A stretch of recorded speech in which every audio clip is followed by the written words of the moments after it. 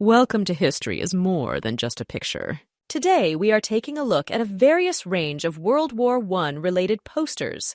Some are for recruitment, some are from other countries, and others deal with how people back at home could help. The posters in the prints and photographs division deal primarily with recruitment, finance, and home front issues. Although produced in different countries, many designs use symbols and messages that share a common purpose.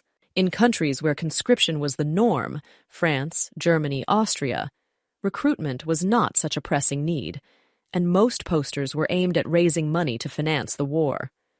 Those who did not enlist were asked to do their part by purchasing bonds or subscribing to war loans. Many finance posters use numismatic imagery to illustrate their point. Coins transform into bullets, crush the enemy, or become shields in the war effort. Posters dealing with food issues. Food shortages were widespread in Europe during the war. Even before the United States entered the war, American relief organizations were shipping food overseas. On the home front, it was hoped that Americans would adjust their eating habits in such a way as to conserve food that could then be sent abroad. Americans were told to go meatless and wheatless and to eat more corn and fish. Americans were also encouraged to plant victory gardens and to can fruits and vegetables. In Great Britain, eggs were collected for the wounded to aid in their recovery. In France, the Comité National de Prévoyance et d'Économie sponsored a poster competition among school children to design conservation posters.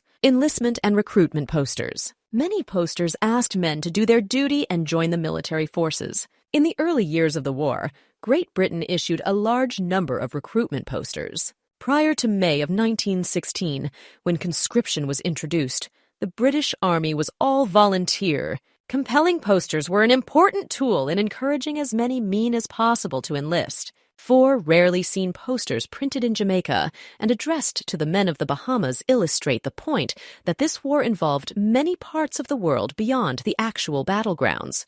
Women, who weren't being recruited for the military, were also asked to do their part.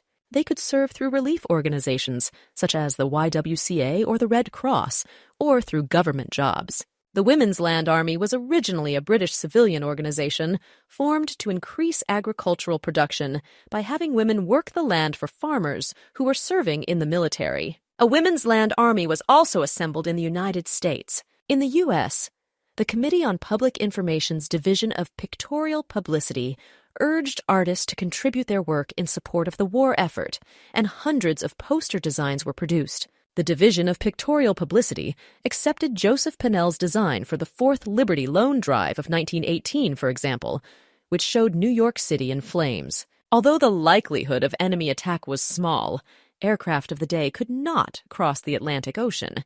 The visual argument made for a haunting poster printed in approximately 2 million copies. The Prints and Photographs division is fortunate to have works that show different phases of the design process. The original watercolor sketch, a proof for the poster, and the poster that was distributed.